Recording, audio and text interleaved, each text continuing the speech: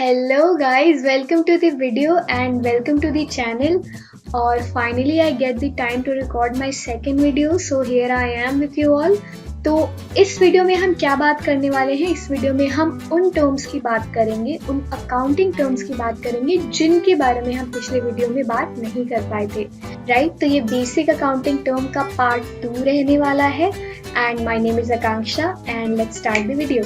Alright, so सबसे पहले बात करेंगे ट्रेड पेबल्स की। ट्रेड पेबल्स वो अमाउंट होते हैं जिसे बिजनेस को पे करना होता है जो भी उसने गुड्स और सर्विसेज परचेज किया है उसके लिए। ट्रेड पेबल्स के अंदर हम कुछ चीजों को इंक्लूड करते हैं और वो क्या होते हैं, जो हमारे क्रेडिटर्स होते हैं और जो बिल्स पेबल होते हैं, उन्हें अगर हम मिला देंगे तो बिजनेस का टोटल ट्रेड पेबल हमें पता चल जाएगा कि एग्जैक्टली कितना अमाउंट जो है वो बिजनेस को पे करना है उसके क्रेडिटर्स को, राइट? क्योंकि जो क्रेडिटर्स होते हैं वो कौन होते हैं? क्रेडिटर्स जो होते हैं बिजनेस में, ये वो लोग होते हैं जिनसे बिजनेस ने क्या किया होता है, उधार पर सामान परचेज किया होता है और इनकी पेमेंट जो होती है हमको करनी बाकी होती है, ठीक है? फिर बिल्स पेबल की अगर हम बात करें तो बिल्स पेबल को हम बिल्स ऑफ एक्सचेंज भी कह सकते हैं। बिल्स ऑफ एक्सचेंज क्या होते हैं? तो बिल्स ऑफ एक्सचेंज आप एक तरीके से कह सकते हैं कि एक एग्रीमेंट होता है जिसमें एक अमाउंट रिटन होता है, जिसमें ये कहा जाता है कि जो अमाउंट रिटन है उसे स्पेसिफाइड डेट पर पे कर दिया जाएगा जो बायर है उसके द्वारा, ठीक है? सो ये सेलर ड्रॉ करता है बायर के नाम पर, जिसमें यही लिखा होता है कि बायर एक स्पेसिफाइड डेट पर बिल में लिखा हुआ अमाउंट सेलर को पे कर देगा क्योंकि उसने गुड्स को सेलर से क्रेडिट पर परचेज किया है। अब बात करेंगे ट्रेड रिसीवेबल्स की। तो जैसे हमने ट्रेड पेबल्स की बात की, वैसे ही ठीक ऑपोजिट ट्रेड रिसीवेबल्स होते हैं, यानी कि वो सारा अमाउंट जो बिजनेस को मिलने वाला होता है क्योंकि बिजनेस ने गुड्स और सर्विसेज को क्रेडिट पर रेंडर किया होता है या फिर सेल किया होता है। So trade receivable simple language में हम कहें तो बिजनेस को मिलने वाला अमाउंट होता है जो बिजनेस के कस्टमर्स होते हैं उनको बिजनेस को पे करना होता है, उनका जो अमाउंट ड्यू होता है बिजनेस के लिए। अब ट्रेड रिसीवेबल्स के अंदर हम किन्हें किन्हें इंक्लूड कर सकते हैं? तो ट्रेड रिसीवेबल्स क्या हो जाते हैं, हमारे जो डेटर्स होते हैं, और बिल्स रिसीवेबल्स हो जाते हैं। अगर उनको हम ऐड कर देंगे तो हमारा टोटल ट्रेड रिसीवेबल कितना है वो हमको पता चल जाएगा कि बिजनेस को कितना अमाउंट अभी मिलने वाला है उनके डेटर से, ठीक है? तो आइए देख लेते हैं, डेटर्स के बारे में जानेंगे। डेटर्स कौन होते हैं? डेटर्स वो पर्सन होते हैं या फिर वो एंटिटी होती है जो कुछ अमाउंट एंटरप्राइज के लिए ओ कर रहे होते हैं, उनको वो अमाउंट देना होता है बिजनेस को। थोड़ा और अगर डिटेल में समझे और सिंपल लैंग्वेज में समझे तो डेटर्स एक्चुअली वो लोग होते हैं बिजनेस के लिए जिन्होंने बिजनेस से क्रेडिट पर सामान परचेज किया है। तो ऑब्वियस सी बात है, अगर उन्होंने क्रेडिट पर सामान परचेज किया है, उधार पर सामान लिया है, तो कभी ना कभी वो पेमेंट तो करेंगे ही हमें, है ना? तो उस जब तक वो पेमेंट नहीं करते हैं तब तक वो हमारे क्या बन जाते हैं? वो हमारे बन जाते हैं देनदार, यानी कि डेटर्स, ठीक है? तो आई होप कि डेटर्स आपको समझ में आ गया होगा। देन बात करेंगे बिल्स रिसीवेबल्स की। जैसे हमने बिल्स पेबल में बात किया, बिल्स रिसीवेबल्स भी क्या होते हैं? बिल्स ऑफ एक्सचेंज होते हैं, जो एक एग्रीमेंट होता है और जिसे डेटर्स ने क्या किया होता है? एक्सेप्ट किया होता है कि वो फ्यूचर में एक स्पेसिफाइड डेट पर पेमेंट कर देंगे, राइट? तो वो हमारे बिल्स रिसीवेबल्स हो जाते हैं। नाउ गुड्स की बात करेंगे। देखिए, हम गुड्स किसे कहते हैं? गुड्स जो होते हैं वो एक्चुअली में फिजिकल आइटम्स होते हैं बिजनेस की भाषा में, अगर हम बोले तो। इनको हम रफली अगर कहें तो आपने आसपास अपने देखा होगा, गोडाउन में जो सामान रखा होता है जिसको अभी बेचना होता है, जो मैन्युफैक्चर्ड प्रोडक्ट रहता है, उसको हिंदी में कहते हैं माल, ठीक है? तो गुड्स भी जो होते हैं वो एक्चुअली माल ही होते हैं जिनको क्या करना होता है? सेल करना होता है बिजनेस को मार्केट में। मान लीजिए अगर एक पर्सन बिजनेस कर रहा है वॉशिंग पाउडर्स का, ठीक है? कपड़े धोने वाले जो पाउडर्स होते हैं, तो उसके लिए गुड्स क्या हो जाएगा? उसके लिए गुड्स हो जाएगा उसका वॉशिंग पाउडर, जिसको उसे क्या करना है? मार्केट में बेचना है, ठीक है? नाउ फर्दर बात करेंगे एक्सपेंसेस की। तो एक्सपेंसेस काफी इजी है। वो सारा कॉस्ट जो भी बिजनेस इनकर्ड करता है रेवेन्यू जनरेट करने के पर्पज से, उन्हें हम एक्सपेंसेस कह देंगे। फॉर एग्जाम्पल हमने बात किया था कि एक पर्सन वॉशिंग पाउडर का बिजनेस करता है, तो वॉशिंग पाउडर को बनाने तक जो भी उसका कॉस्ट आएगा उसको हम क्या कह देंगे, उसके सारे जो कॉस्ट होंगे उसको हम एक्सपेंसेस कहेंगे, क्योंकि वो उसने किस लिए खर्च किया है, उसने खर्च किया है ताकि वो उससे रेवेन्यू जनरेट कर सके, जो उसका प्रोडक्ट है, जो उसका गुड है, उसको मार्केट में सेल कर सके, राइट। सो एक्सपेंसेस जो होते हैं हमारे वो दो टाइप के हो जाते हैं, प्रीपेड एक्सपेंसेस और आउटस्टैंडिंग एक्सपेंसेस। तो प्रीपेड एक्सपेंसेस की बात करेंगे सबसे पहले, वो अमाउंट या फिर वो एक्सपेंस जिसको हमने पहले ही पे कर दिया है और उसकी सर्विस जो है अब तक हमको नहीं मिली है, ठीक है, हमने एडवांस में पेमेंट कर दिया है, उसे हम कहेंगे प्रीपेड एक्सपेंसेस। आप अपने फोन में मोबाइल रिचार्ज कराते हो तो वो क्या होता है, प्रीपेड रिचार्ज होता है। तो आपने पहले रिचार्ज कराए एंड देन बाद में आप क्या करते हो, वो सर्विसेज लेते रहते हो उसकी, ठीक है। सो उससे कुछ आप रिलेट करके देख सकते हो कि प्रीपेड एक्सपेंसेस भी क्या होते हैं, वो एक्सपेंसेस होते हैं जिनकी पेमेंट हमने क्या कर दिया होता है, एडवांस में ही कर दिया होता है, यानी कि बिजनेस ने कर दिया होता है, हमने इन दी सेंस कि बिजनेस ने कर दिया होता है, राइट। दूसरा क्या है, आउटस्टैंडिंग एक्सपेंसेस।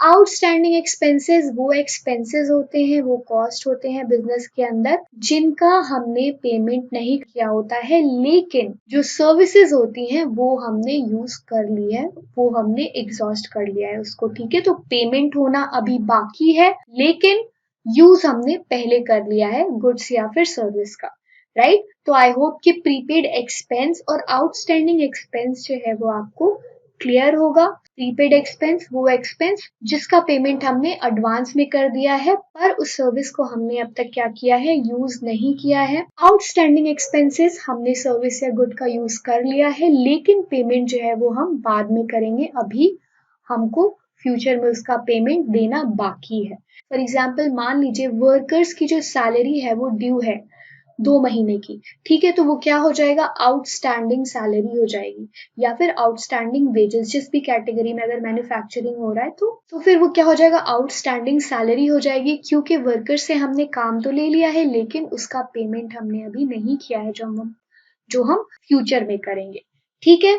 सो नेक्स्ट बात करेंगे अब डिस्काउंट की। सो डिस्काउंट के बारे में हमें पता है कि reduction in the price of goods, किसी भी तरीके का अगर गुड्स की एमआरपी में, प्राइस में रिडक्शन होता है, रिड्यूस प्राइस पर अगर बेचे जाते हैं तो उसको हम क्या कहते हैं, इसको हम डिस्काउंट कहते हैं। अब डिस्काउंट्स जो होते हैं वो दो टाइप के हो सकते हैं, ठीक है। एक डिस्काउंट होता है जिसे हम कहते हैं ट्रेड डिस्काउंट, दूसरा डिस्काउंट जो होता है उसे हम कहते हैं कैश डिस्काउंट। ट्रेड डिस्काउंट तब दिया जाता है जब भारी अमाउंट में कोई सामान या कोई गुड जो है वो परचेज किया जाता है, या फिर बल्क में हम सामान बेचते हैं, तो उस कंडीशन में हम ट्रेड डिस्काउंट देते हैं। फॉर एग्जाम्पल मान लीजिए कि शुगर का प्राइस 50 रुपीज पर केजी है, लेकिन कोई ऐसा परचेजर आया जिसने 10 kg शुगर परचेज की, तो आपने उसको 20% डिस्काउंट दे दिया, तो उस कंडीशन में जो 500 रुपए थे वो ना दे करके 400 रुपए आपको परचेजर था उसने दिया, क्योंकि आपने उसको 20% उसको आपने क्या कर दिया है, डिस्काउंट दे दिया है। नाउ नेक्स्ट बात करेंगे कैश डिस्काउंट की। तो कैश डिस्काउंट हम तब देते हैं जब टाइमली पेमेंट होता है किसी भी गुड्स या सर्विस का जो बिजनेस ने रेंडर किया होता है। सो अगर टाइम पर पेमेंट हो गया तो उस कंडीशन में हम कैश डिस्काउंट देते हैं। बल्क अमाउंट में अगर गुड्स या सर्विसेज को लिया गया है तो उस कंडीशन में हम ट्रेड डिस्काउंट देते हैं। ट्रेड डिस्काउंट को हम बुक्स में रिकॉर्ड नहीं करते हैं, ठीक है, लेकिन जो हमारे कैश डिस्काउंट होते हैं उसको हम डेफिनेटली बुक्स में रिकॉर्ड करते हैं। सो ये दो डिफरेंस आपको आई होप कि समझ में आ गए होंगे, ट्रेड डिस्काउंट और कैश डिस्काउंट के। नेक्स्ट बात करेंगे रिबेट की। सो रिबेट भी एक टाइप का डिस्काउंट होता है, लेकिन ये कब होता है, जब सेल कंप्लीट हो जाता है तब अगर हम प्राइसेस में किसी टाइप का रिडक्शन करते हैं तो उसे हम रिबेट कहते हैं, ठीक है। Rebate is allowed on sale completed in the past, यानी कि पहले सेल हो चुका है उसके बाद अगर हमने प्राइसेस को रिड्यूस किया उस पर्सन के लिए तो उसे हम रिबेट कहते हैं। और रिबेट किस कंडीशन में दिया जाता है, तो कोई भी वो रीजन जो कैश डिस्काउंट और ट्रेड डिस्काउंट के अलावा होता है, दूसरे रीजंस होते हैं, उसको हम रिबेट के अंदर इंक्लूड कर सकते हैं। फॉर एग्जाम्पल, हमने डिस्काउंट अलाउ किया क्योंकि गुड्स की क्वालिटी जो है वो अच्छी नहीं थी, पुअर क्वालिटी के गुड्स थे, तो इसलिए हमने जो गुड्स थे उस पर कुछ डिस्काउंट कर दिया, सो इसे हम रिबेट के अंदर रख सकते हैं। नाउ नेक्स्ट बात करेंगे इनकम या फिर प्रॉफिट की। सो इनकम क्या होता है? बहुत ही आसान है। प्रॉफिट या फिर इनकम एक अकाउंटिंग पीरियड के अंदर जो हम अर्न करते हैं बिजनेस से, रेवेन्यू उसे ही कहते हैं, राइट? और दूसरे शब्दों में अगर हम कहें तो हमारे जो ओवरऑल रेवेन्यूज है, यानी कि जो हमारा सेल है, उसके अंदर से अगर हमारे बिजनेस में जो भी एक्सपेंसेस हुए हैं, जो कॉस्ट इनकर्ड हुआ है, उसको माइनस कर देंगे तो हमारा इनकम आ जाएगा। तो income is equals to revenue minus expenses. Losses की अगर बात करें तो ठीक ऑपोजिट हो जाएगा, यानी कि अगर एक्सपेंसेस ज्यादा हो गए हैं रेवेन्यू से, तो उस कंडीशन में इनकम होने की बजाय क्या हो जाएगा? लॉस हो जाएगा बिजनेस को। फर्दर परचेज की बात करेंगे तो परचेज क्या होते हैं? काफी आसान है। जो भी अमाउंट बिजनेस खर्च करता है गुड्स को खरीदने में बिजनेस के लिए और रॉ मटेरियल को खरीदने के लिए, उसे हम परचेजेस कहते हैं। और ध्यान रखिएगा कि ये जो रॉ मटेरियल या गुड्स हम परचेज कर रहे हैं, ये यूजुअली या तो मैन्युफैक्चरिंग से रिलेटेड होते हैं या फिर हम इसे रीसेल करने के पर्पज से खरीद रहे होते हैं, ठीक है? नाउ परचेजेस जो होते हैं वो भी कैश होते हैं और क्रेडिट होते हैं, यानी कि कैश परचेज भी होते हैं और क्रेडिट परचेज भी होते हैं। अगर हमने कोई गुड्स को या फिर रॉ मटेरियल को कैश में परचेज किया है तो उस कंडीशन में वो कैश परचेज हो जाएगा, और अगर उधार पर किया है तो वो क्रेडिट परचेज हो जाएगा। नाउ परचेज रिटर्न की बात करेंगे। सो परचेज रिटर्न या फिर रिटर्न आउटवर्ड हम किसे कहते हैं? अगर हमने कोई गुड्स परचेज किया है और किसी भी रीजन से हमको वो गुड्स को क्या करना पड़ा? रिटर्न करना पड़ा, तो उस कंडीशन में वो परचेज रिटर्न हो जाएगा या फिर रिटर्न आउटवर्ड हो जाएगा। और रीजन कई भी हो सकते हैं। कई बार जो गुड्स होते हैं वो क्या होते हैं? डिफेक्टिव होते हैं, कई बार पेमेंट से रिलेटेड इश्यूज होते हैं, तो इन सारी चीजों की वजह से हम गुड्स को क्या कर रहे होते हैं? कई बार रिटर्न कर देते हैं, तो उसे हम परचेज रिटर्न कहेंगे जब हमने सेलर को गुड्स को क्या किया है? वापस रिटर्न कर दिया है। परचेज रिटर्न या फिर रिटर्न आउटवर्ड, ध्यान रखिएगा, रिटर्न आउटवर्ड हम परचेज रिटर्न को कहते हैं। नाउ नेक्स्ट बात करेंगे सेल्स की, तो काफी आसान है। सेल्स हम किसे कहते हैं? जो भी गुड्स और सर्विसेज को बिजनेस ने बेचा है उसको हम सेल्स कह देंगे, ठीक है? जो मैन्युफैक्चरिंग की है एंटरप्राइज ने, उसको बेच दिया तो उसको हम सेल्स कहेंगे। और हमारा सेल्स जो है वो भी क्या हो सकता है? कैश या फिर क्रेडिट दोनों हो सकता है। कैश पर भी सेल हो सकता है और हम क्रेडिट पर भी मैन्युफैक्चर प्रोडक्ट्स को सेल कर सकते हैं। ध्यान रखिएगा, सेल्स में हम उन्हीं चीजों को इंक्लूड करते हैं, उन्हीं प्रोडक्ट्स को इंक्लूड करते हैं जो बिजनेस मैन्युफैक्चरिंग कर रही होती है या फिर जो बिजनेस के गुड्स से जुड़ी हुई है, right? For example, washing powder की हमने बात की थी। अगर हमने एक महीने में 20,000 पैकेट्स बेचे वॉशिंग पाउडर के, तो वो हमारा क्या हो गया? सेल्स हो गया, राइट? अब अगर इसको हमने कैश पर सेल किया है तो वो कैश सेल हो जाएगा, क्रेडिट पर सेल किया है तो क्रेडिट सेल हो जाएगा। So just like purchase return, we also have sales return. Sales return को हम return inward भी कहते हैं, यानी कि गुड्स हमने क्या किया? सेल किया, लेकिन कुछ खराबी की वजह से या फिर पेमेंट इश्यू के कारण हमको क्या हुआ? जो परचेजर था उसने गुड्स को वापस कर दिया, तो उस कंडीशन में सेल्स रिटर्न हो जाएगा। और इसी का दूसरा नाम क्या है? रिटर्न इनवर्ड भी है। रिटर्न इनवर्ड और रिटर्न आउटवर्ड में काफी कंफ्यूजन रहता है। फर्दर बात करेंगे वाउचर की, तो वाउचर्स क्या होते हैं? एक्चुअली एविडेंस होते हैं बिजनेस ट्रांजैक्शंस के, और एविडेंसेस जो होते हैं वो बिजनेस में काफी इंपॉर्टेंट होते हैं क्योंकि ये वेरिफिकेशन के वक्त काम आते हैं। वेरिफिकेशन के वक्त कैसे काम आते हैं? तो हमें ये बताना पड़ता है या बिजनेस को ये दिखाना पड़ता है कि उसने जो भी सेल्स दिखाए हैं, जो भी परचेजेस दिखाए हैं, जो भी एक्सपेंसेस दिखाए हैं अपने, वो सब बिल्कुल करेक्ट है और हम कुछ भी बढ़ाकर या फिर घटाकर नहीं दिखा रहे। तो इसकी वजह से वाउचर्स जो होते हैं वो इम्पॉर्टेंट होते हैं जब ईयर एंड में क्या हो रहा होता है? बिजनेस का ऑडिट हो रहा होता है, तो जब प्रॉफिट्स को चेक किया जाता है तो वेरिफिकेशन होता है कि क्या जो हमने सेल दिखाया है वो सेल है, क्या जो हमने परचेज दिखाया है वो उतने का ही परचेज है, क्या एक्सपेंसेस हमारे उतने ही हैं, असेट हमारे उतने ही हैं। सो वेरिफिकेशन के काम आता है वाउचर्स, और ये क्या होता है, एविडेंस होते हैं बिजनेस में, बिजनेस ट्रांजैक्शन के लिए। अब वाउचर के एग्जाम्पल क्या हो सकते हैं, तो कोई भी ऐसा एविडेंस, कोई भी ऐसा डॉक्यूमेंट जो ये वेरीफाई करे कि हमने सेल या फिर परचेज किया है, या फिर हम किसी ट्रांजैक्शन में इन्वॉल्व थे जो कि बिजनेस के पर्पस के लिए था, उसको हम वाउचर मान लेंगे। कौन कौन सी चीजें हो जाएंगी वाउचर, कैश मेमोज जो हो जाते हैं वो वाउचर के अंदर आ जाएंगे, इनवॉइसेस, बिल्स, रिसीट्स जो मिलती हैं, डेबिट नोट या फिर क्रेडिट नोट जो होता है, उनको भी हम वाउचर्स के अंदर डाल देंगे, राइट। तो ये हमारे वाउचर्स हो गए। लास्टली बात करेंगे बैड डेट्स की। अब बैड डेट्स को समझिएगा।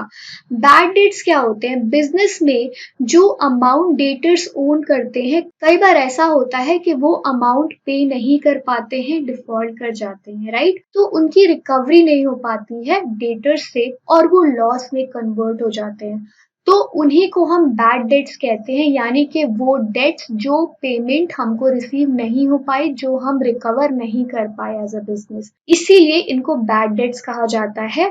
और इनको प्रॉफिट और लॉस अकाउंट में डेबिट साइड में दिखाया जाता है, क्योंकि क्या होते हैं, ये बिजनेस के लिए एक तरीके से लॉस होते हैं, क्योंकि हमने किसी को उधार पे सामान बेचा और क्या हुआ, वो हमें उधार अपना चुका ही नहीं पाया। सो ये बैड डेट्स होते हैं, यानी कि वो अमाउंट जिसको बिजनेस में जो डेटर्स होते हैं वो ओन करते हैं लेकिन वो चुका नहीं पाते हैं, और हमें उनको बिजनेस से क्या करना होता है, राइट ऑफ करना होता है।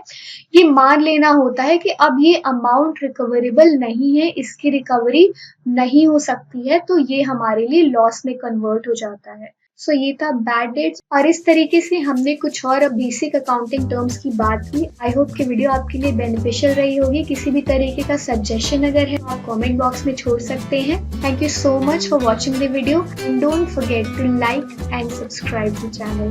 Bye bye, take good care of yourself.